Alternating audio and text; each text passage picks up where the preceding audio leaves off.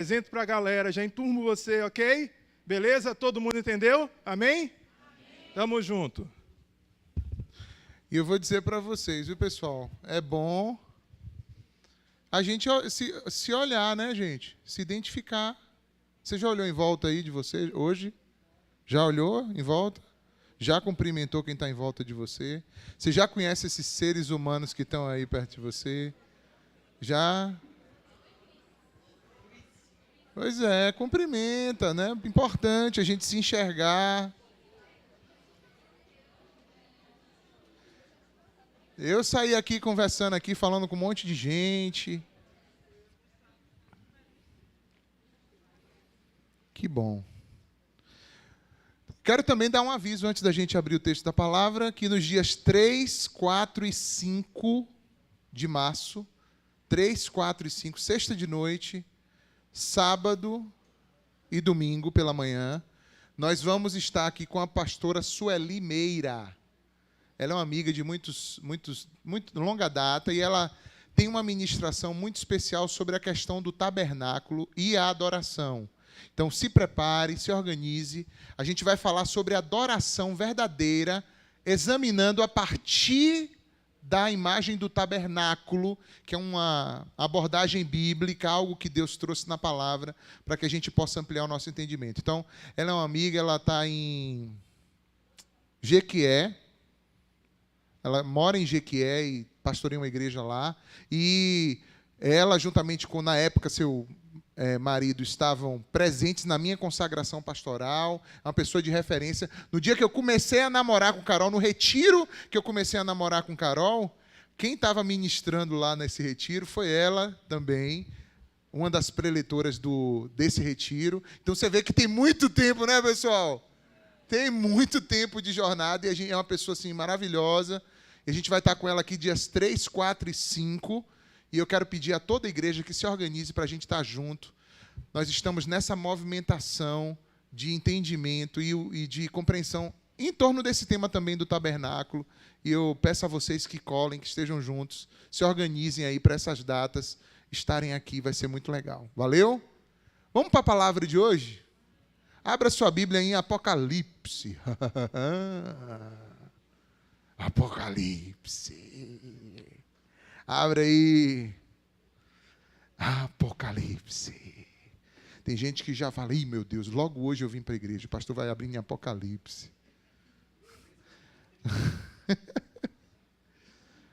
Ai, gente, eu também estou muito feliz hoje, porque depois desse período de descanso, férias, é o primeiro domingo que eu estou aqui de volta para compartilhar a palavra, estar junto com vocês. É verdade, o meu coração transborda de alegria, viu, gente? De ver vocês, de poder abraçar, estar junto. E a mensagem, inclusive, tem esse tema, né? Vamos ficar juntos. Esse é o tema da mensagem de hoje.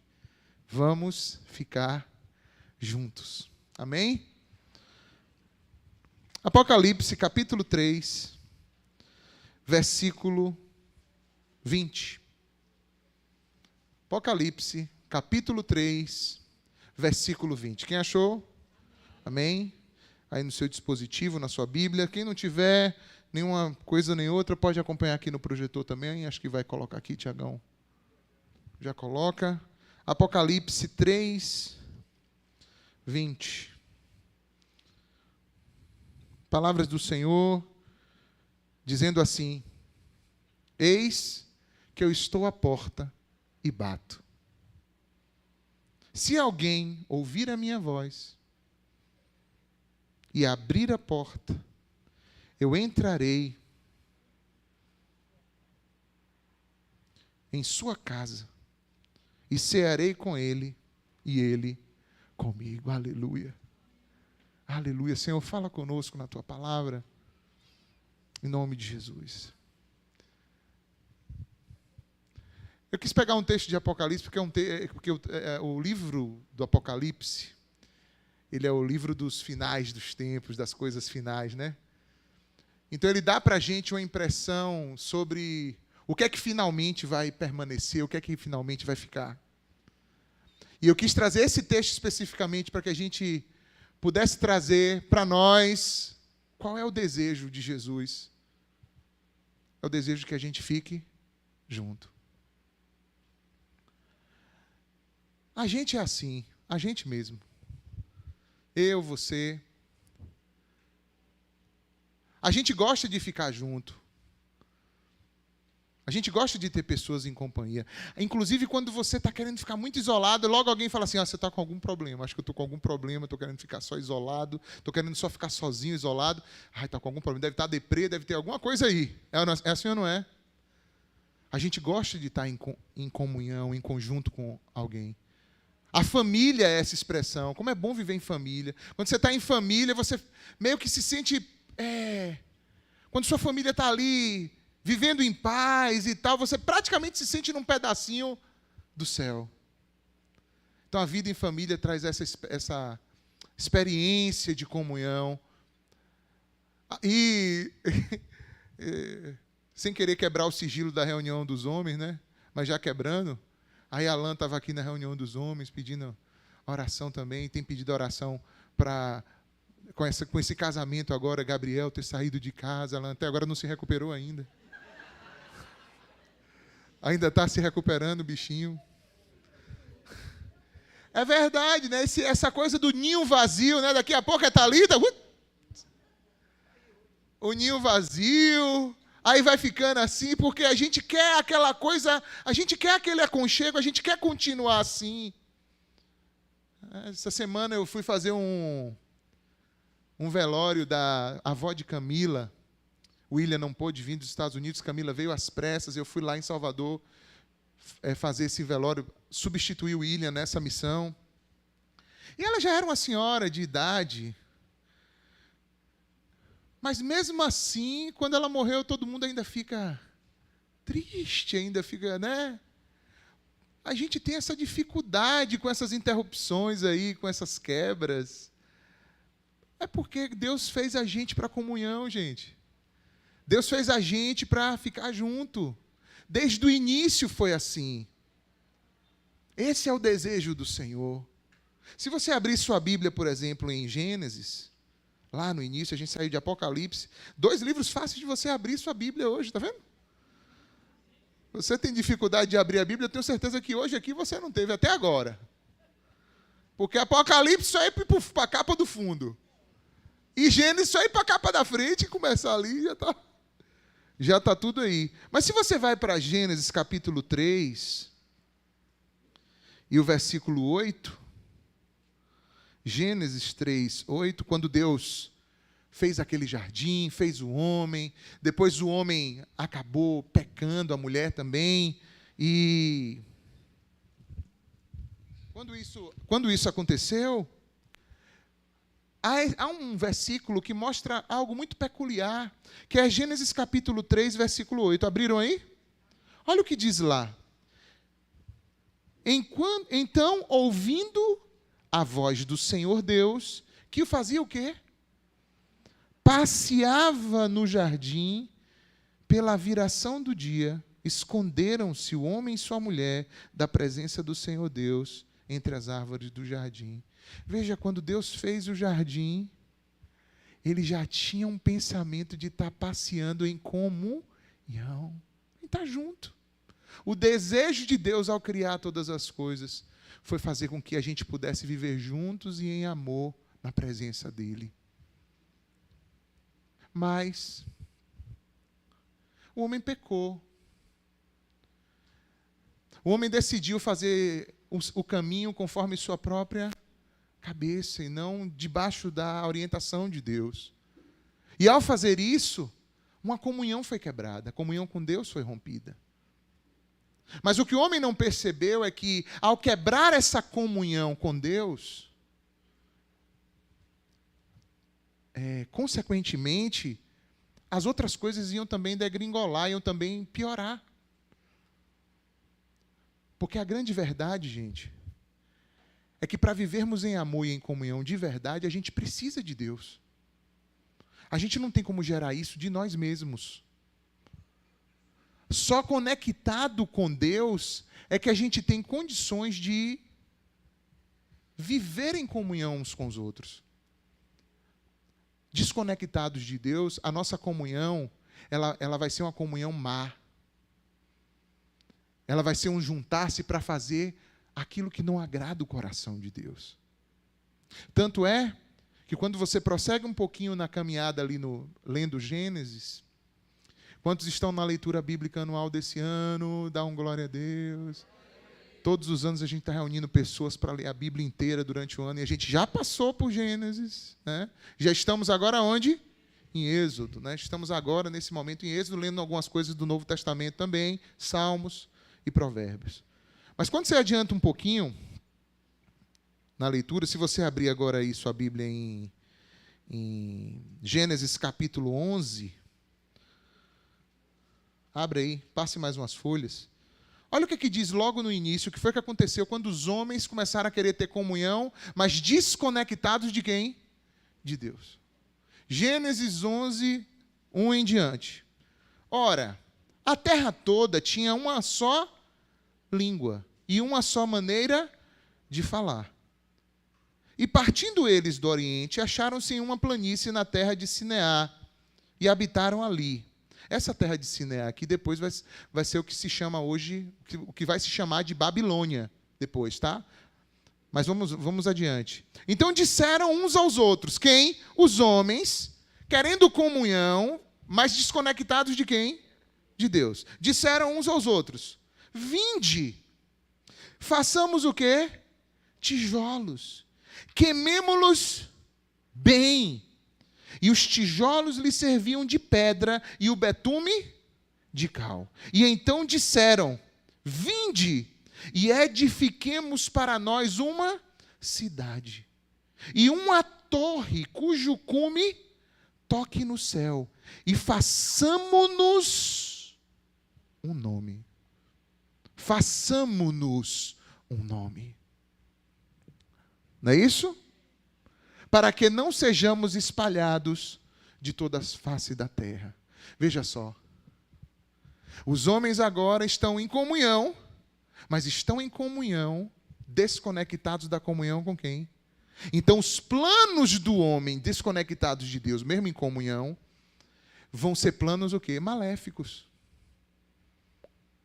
Porque onde não há o temor do Senhor, o amor do Senhor, por mais que você se junte, de algumas maneiras isso te agrade, de alguma forma, porque eu não vou aqui mentir nem encobrir, as pessoas que estão em comunhão distante de Deus, elas sentem alguns determinados prazeres, ou promovem para si alguns determinados prazeres.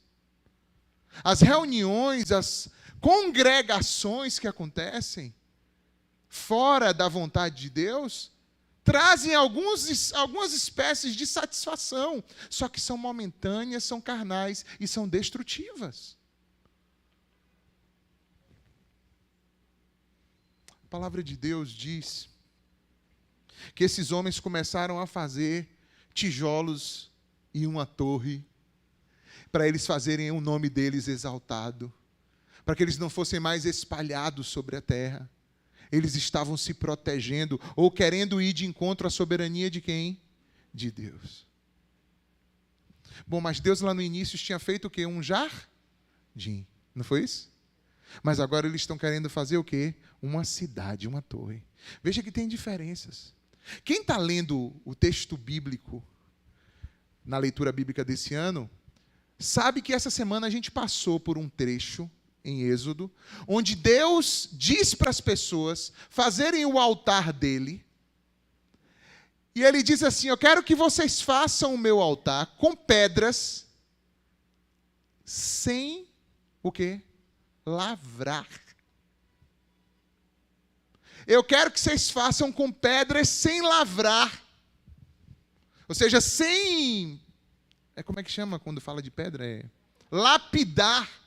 Sem fazer o seu ajuste, sem colocar do jeito que você quer. Eu quero que você pegue a pedra como ela está lá e construa com aquilo que eu estou te dando.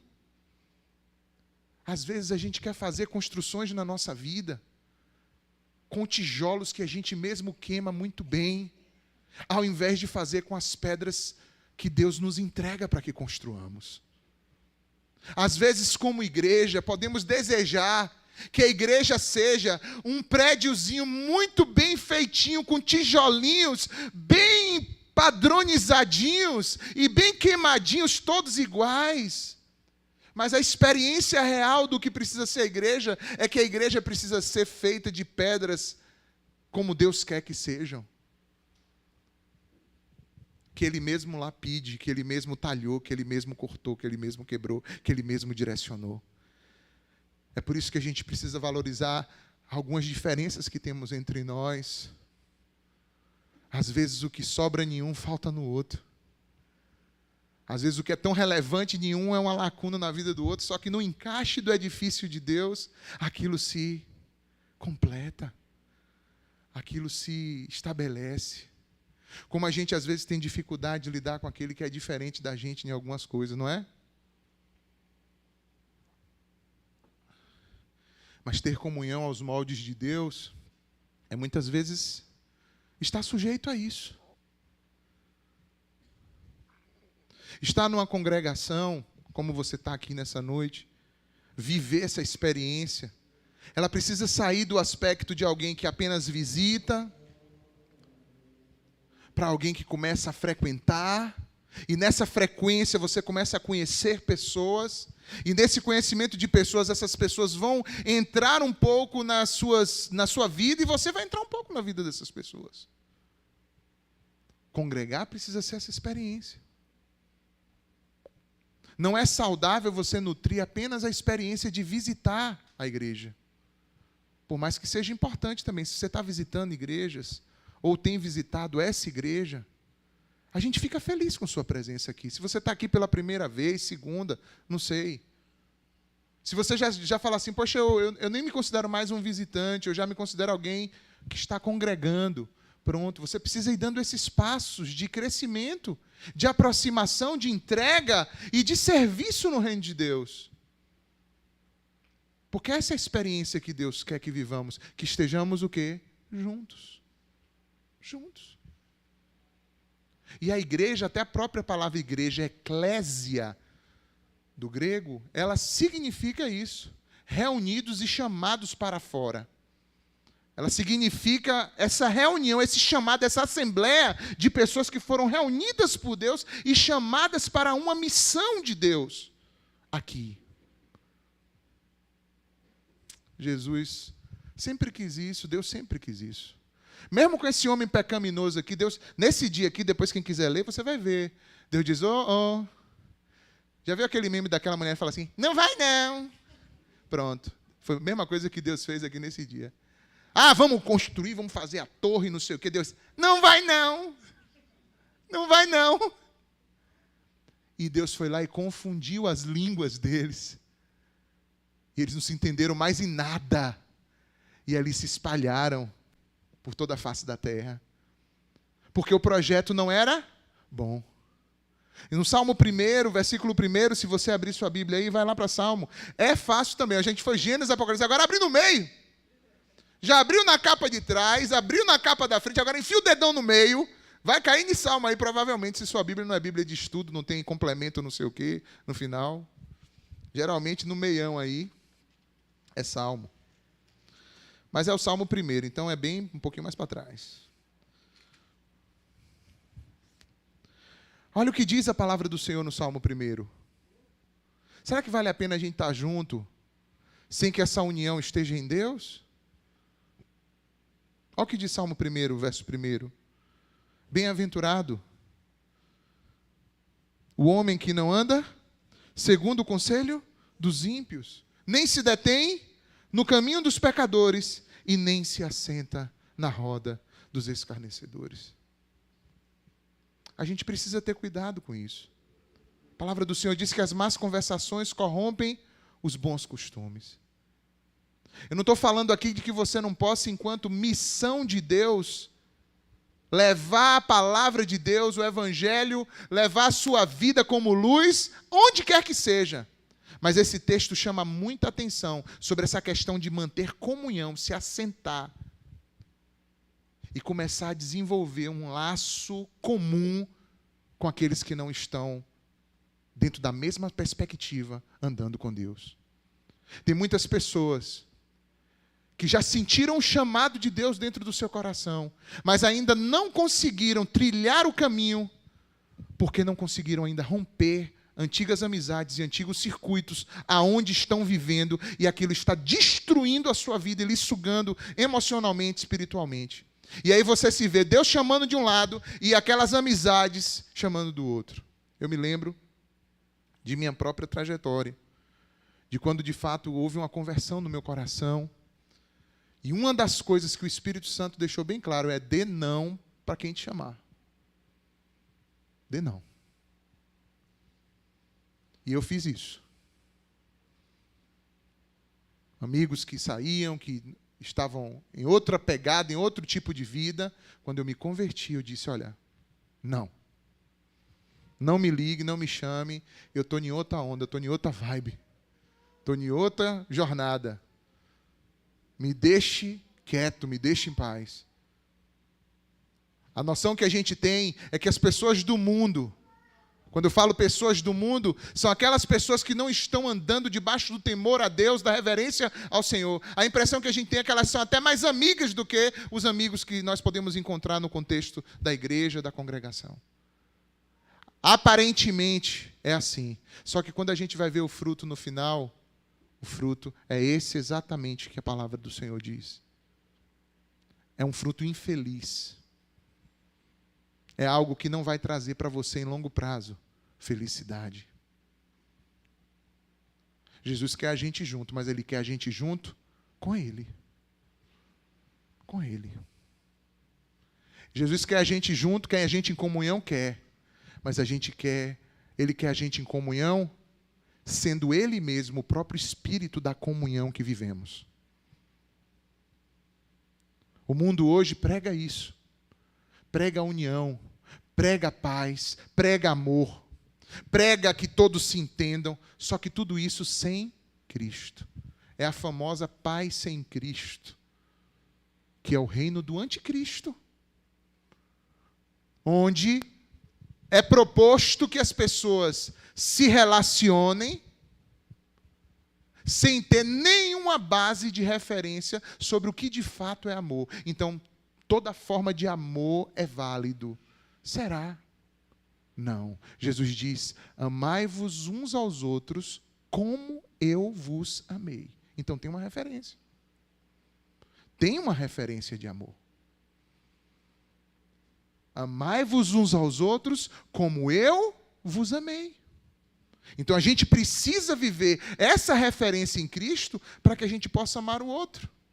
Porque senão, sabe o que é que vai acontecer? O que a gente vê. Diz que ama, mas em determinado momento, quando vai ter que cortar da sua carne em favor do outro, busca o seu próprio benefício e deixa o outro no sofrimento, na amargura, deixa o outro para trás. Porque esse é o amor fora de Cristo. O amor em Cristo é o amor que sacrifica de si mesmo em favor do outro. É o que corta da sua própria vida em favor do outro. O amor que Cristo ensinou, amai-vos uns aos outros como eu vos amei. Como é que Ele nos amou? Dando a vida dEle por nós. Então, sempre quando você vê essa perspectiva de paz, de amor, sem Cristo, o que você vai encontrar no final é alguém que foi defraudado, alguém que foi deixado para trás, alguém que foi iludido, alguém que foi traído, alguém que foi abandonado. É isso que você vai ver. Porque na hora que estreita, que o amor requer de você sua própria vida, só se você tem um coração em Cristo, você vai de fato se entregar naquilo ali, naquela relação e naquela comunhão.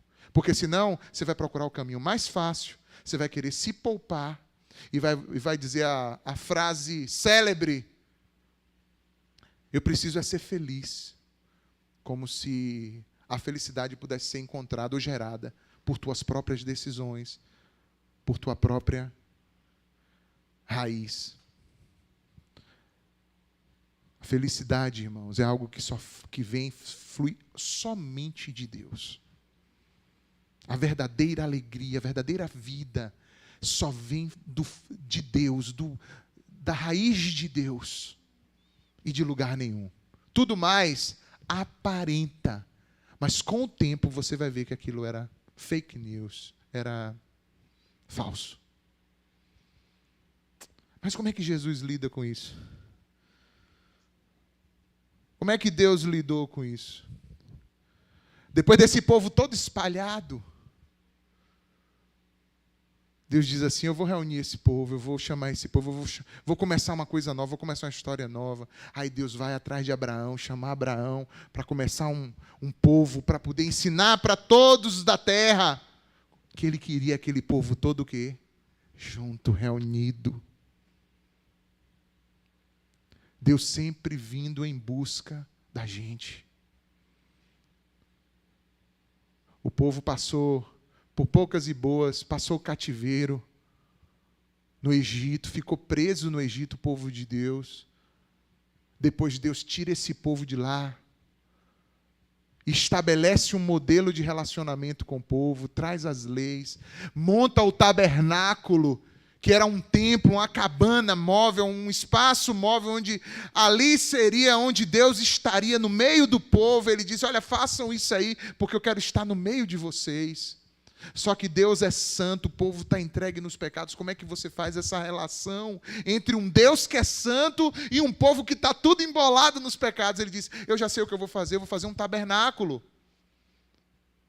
E nesse tabernáculo tinha as divisões, aonde Deus ficava e aonde até o povo podia ir. Ou seja, ele está tentando uma reaproximação, mas está dizendo para o povo, olha, tem um caminho a ser feito. Eu sou santo, vocês são pecadores. Se vocês se aproximarem muito da minha santidade como vocês estão, vocês morrem, vocês não vão suportar. E isso aconteceu. Hoje a gente cantou uma música aqui, eu estava falando com o Cris, todas as músicas praticamente aqui, hoje foram casadas com a... E eu só encomendei uma, só encomendei a última, não foi? Mas as outras vieram encaixando perfeitamente. Quem estava lendo a leitura bíblica dessa semana, desculpa, eu sempre vou fazer referência nisso, porque é uma forma de agraciar os que estão fazendo e deixar você que não está fazendo com gostinho.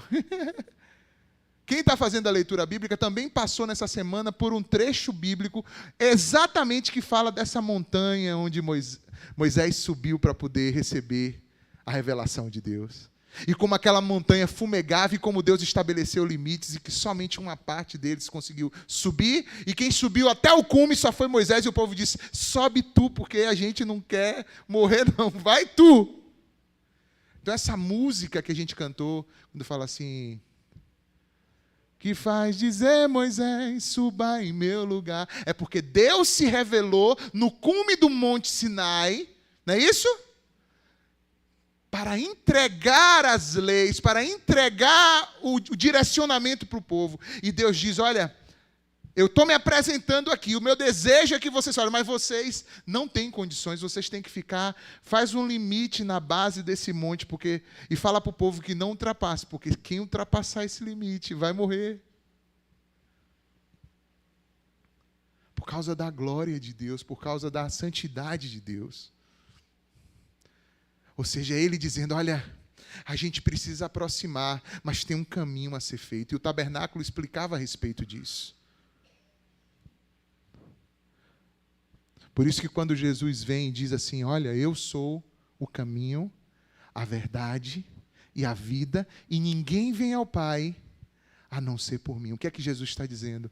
Aquele caminho que estava proposto, dessa separação, isso em mim está sendo o quê? Rompido. E através de mim você tem acesso ao Pai. Foi o que Jesus fez na cruz do Calvário. Quando ele chega em Apocalipse 3:20 e diz, olha, eis que eu estou à porta e bato. Ele não está falando somente àqueles que ainda não o conhecem, que ainda não se entregaram para ele, mas inclusive para aqueles que já o conhecem. Mas se a gente for aplicar esse versículo nessas duas dimensões, ou numa dimensão que seja universal para todos nós, mesmo que sirva para todos, a verdade é essa, que hoje mesmo ele está aqui e ele diz, eu estou à porta e bato. E essa porta seria de onde? Será que é da nossa casa física? Hã? Será que é a porta ali da igreja de ferro, de vidro? Será que é a porta da tua casa de madeira, de alumínio, sei lá de que, lá na tua casa?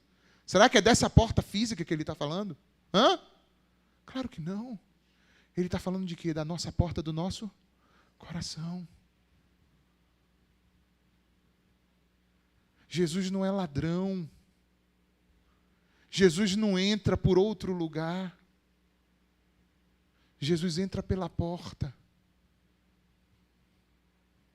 Assim como o tabernáculo tinha uma cerca em volta, eu achei lindo que as crianças estão aqui do lado, já tem um tabernáculozinho lá, uma miniatura lá que Bárbara fez, o pessoal fez. Que coisa linda, pessoal. Assim como o tabernáculo tinha um pano em volta, uma cerca de pano em volta, e tinha somente uma porta de entrada, um portão principal, assim é. Se nós queremos viver em comunhão com o Pai e termos comunhão um com os outros, é por essa porta que precisamos passar. Jesus diz: eu sou a porta. Quem entrar por mim será salvo. Entrará, sairá e achará pastagens. Jesus é a porta. Jesus é o caminho. Jesus é a verdade. Jesus é a vida. E ninguém vai ao Pai a não ser por Ele.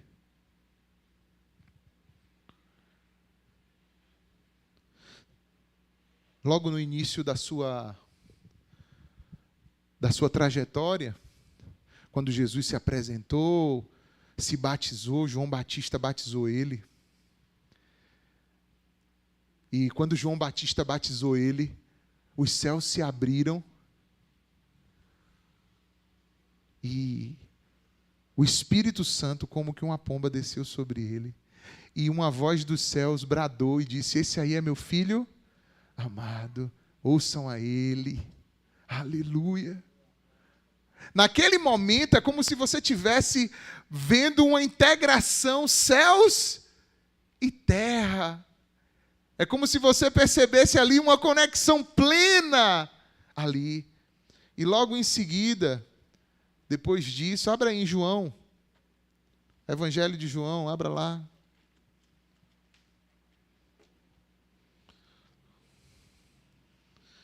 Tem uma coisa muito, assim, pitoresca. Eu já fiz uma leitura bíblica só procurando coisas pitorescas. Sabe aquelas coisas do texto que você, assim, geralmente você não olha? Eu me forcei já a fazer essa leitura assim, olhando para as coisas que você não olha. Que a gente, quando vai lendo a Bíblia, vai conhecendo alguns trechos e tal, você acaba indo focando naquilo, né? Você já vai quase que pulando de coisa em coisa, e às vezes muito detalhe passa desapercebido. Mas eu queria ler com você João 1.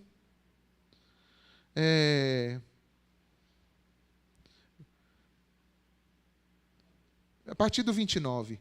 Acharam? João, capítulo 1, a partir do verso 29. Acharam aí, gente? Olha o que diz. Aqui é João Batista falando, né, a respeito de Jesus. Vamos lá. No dia seguinte, João viu a Jesus que vinha para ele e disse: eis o Cordeiro de Deus que tira o pecado do mundo. Esse aí é aquele do quem eu disse: após mim vem um homem que tem a primazia, porque ele era primeiro do que eu. Ele está falando da condição eterna de Cristo.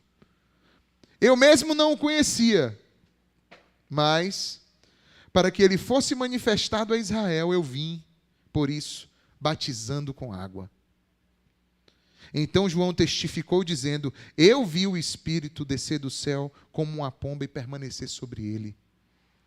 Eu não o conhecia, mas o que me mandou batizar com água me disse: aquele sobre quem você viu descer e permaneceu o Espírito, esse é o que batiza com o Espírito Santo. Aleluia. Eu vi e testifico que este é o Filho de Deus. No dia seguinte, João estava outra vez ali, na companhia de 2 dos seus discípulos. E quando ele viu Jesus passar mais uma vez ele disse: eis aí o Cordeiro de Deus. E os 2 discípulos ouviram-no dizer isso e fizeram o quê?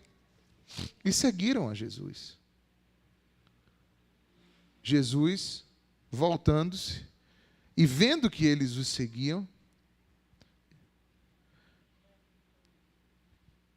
fui voltar para ver se me seguia, acabei perdendo o texto aqui.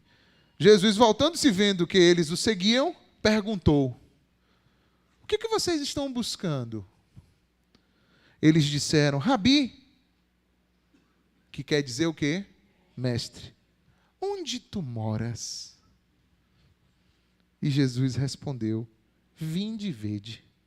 Foram e viram onde Jesus morava e ficaram com ele aquele dia. E era quase a hora 10ª. Esse é o trechinho que eu queria destacar. Eles chegaram para Jesus e disseram: Jesus, aonde você mora? E Jesus disse: venham e vejam. E eles passaram o dia com Jesus na casa que Jesus estava, irmãos.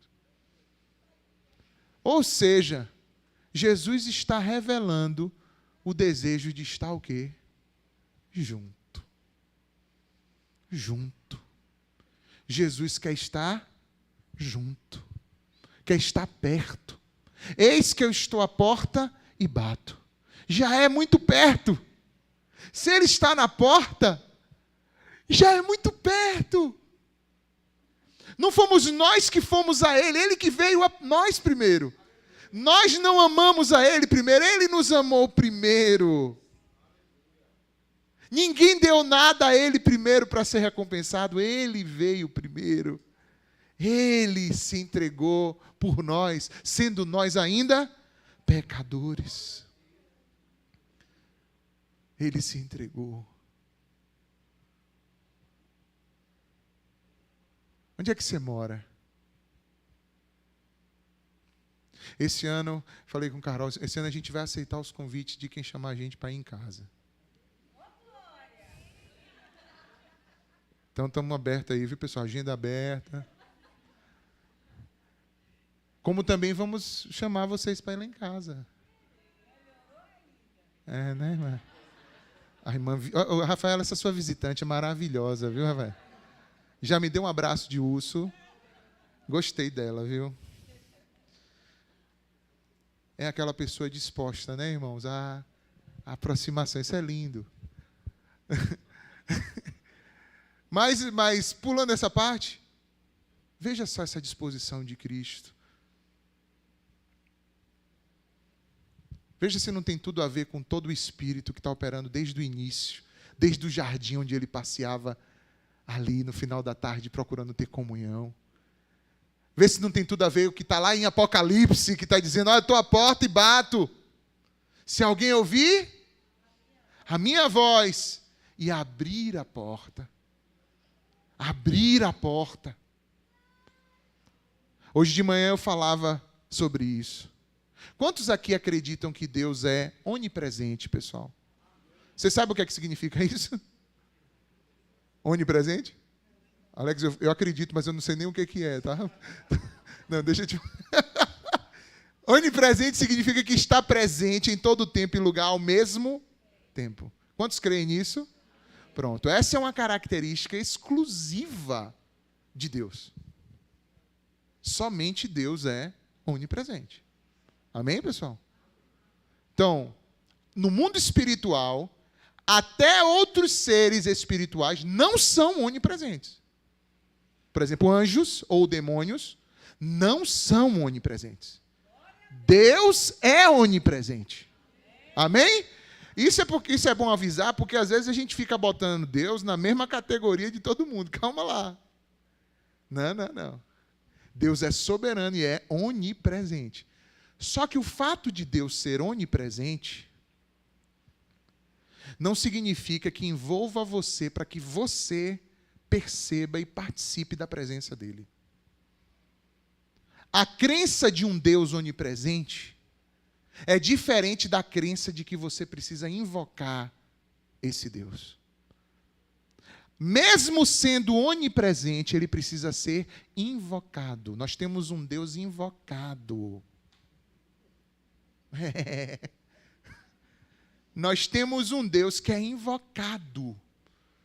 Todo que invocar o nome do Senhor será salvo. Nós precisamos dedicar os nossos lábios para invocar o nome de Deus todos os dias, em todo o tempo, quando a gente puder. Quando você está de manhã na tua casa, que você acorda de manhã, que você encontra teu marido, tua esposa, teus filhos, sei lá quem for, olhe e fale, olha, Deus abençoe o teu dia. Sua bênção, meu pai, sua bênção, minha mãe.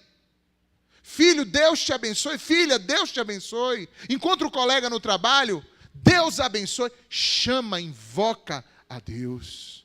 Quando está passando por luta, por aflição, chama o nome do Senhor, chama o Espírito Santo, ele se faz presente. Porque a maneira como você vai fazer com que tua alma, o teu espírito, conecte nessa onipresença. Você está aqui agora nessa igreja. Aqui na igreja tem uma rede Wi-Fi disponível. Ai, tem, me daí. Aqui tem uma rede de Wi-Fi aqui disponível aqui. Se você abrir, vai aparecer na lista do teu dispositivo uma rede chamada Jesus Muda Tudo.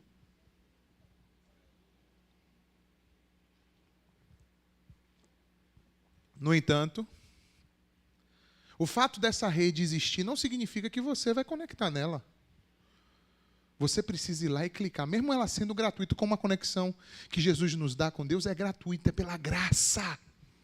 Mas você precisa tomar a decisão de ir lá e conectar nela que está disponível.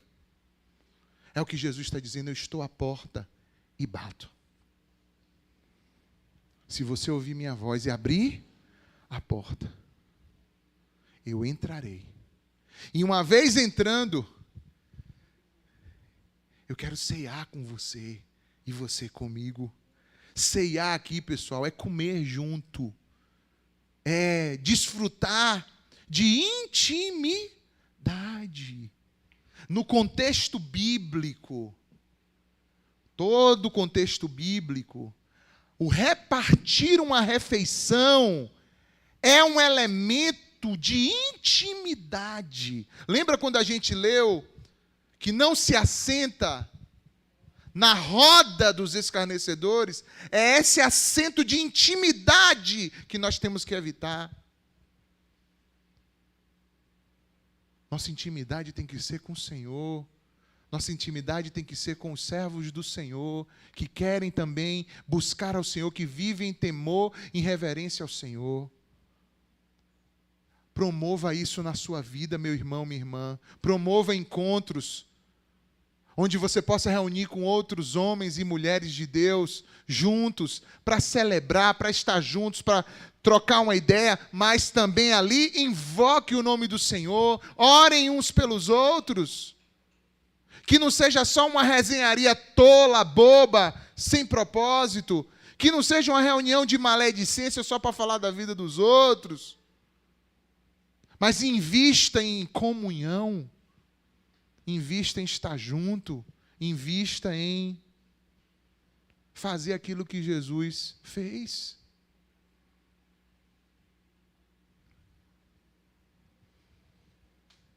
Como é que a gente vai viver em comunhão sem ter comunhão com Ele, sem que Ele esteja presente? Será que será válida essa comunhão? Acredito que não. Acredito que não. Vamos abrir mais 2 textos aqui rapidamente. João, ainda em João capítulo 14.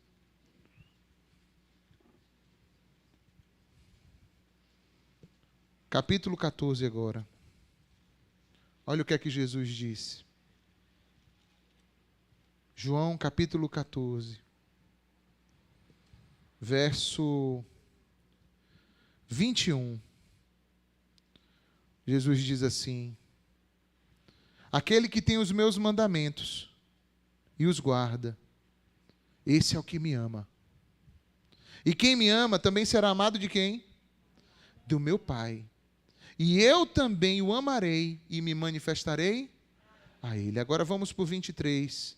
Se alguém me amar, guardará a minha palavra. Meu Pai também o amará. E viremos para ele, e nele faremos o quê?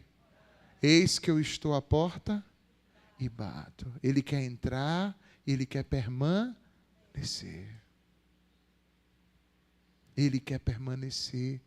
Ele quer fazer morada nas nossas vidas. E Ele quer que a gente se aperceba disso nas nossas vidas. Primeira carta de João. Lá no finalzinho, perto de Apocalipse, capítulo 1. Primeira carta de João, capítulo 1.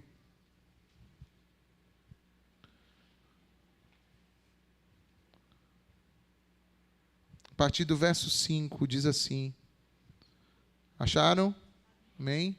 Essa é a mensagem que dele ouvimos e vos anunciamos. Que Deus é o quê? Luz. E nele não há treva nenhuma. Se dissermos que temos comunhão com ele e andarmos nas trevas, mentimos. E não praticamos a verdade. Mas, se andarmos na luz como ele na luz está, temos comunhão uns com os outros. E o sangue de Cristo Jesus, o seu Filho, nos purifica de todo pecado. Se dissermos que não temos pecado nenhum, enganamo-nos a nós mesmos e não há verdade em nós. Se confessarmos os nossos pecados, Ele é fiel e justo para nos perdoar os pecados e nos purificar de toda injustiça. Se dissermos que não pecamos, fazemos dele mentiroso e sua palavra não está em nós. Digamos que você se encontra assim, pecado, trevas. Qual é o convite de Jesus? É que você fique de fora? Não. Ele quer que você venha. E ele diz, se confessarmos os nossos pecados, ele é fiel e justo para nos perdoar os pecados e nos purificar de toda injustiça. Jesus quer que a gente esteja junto.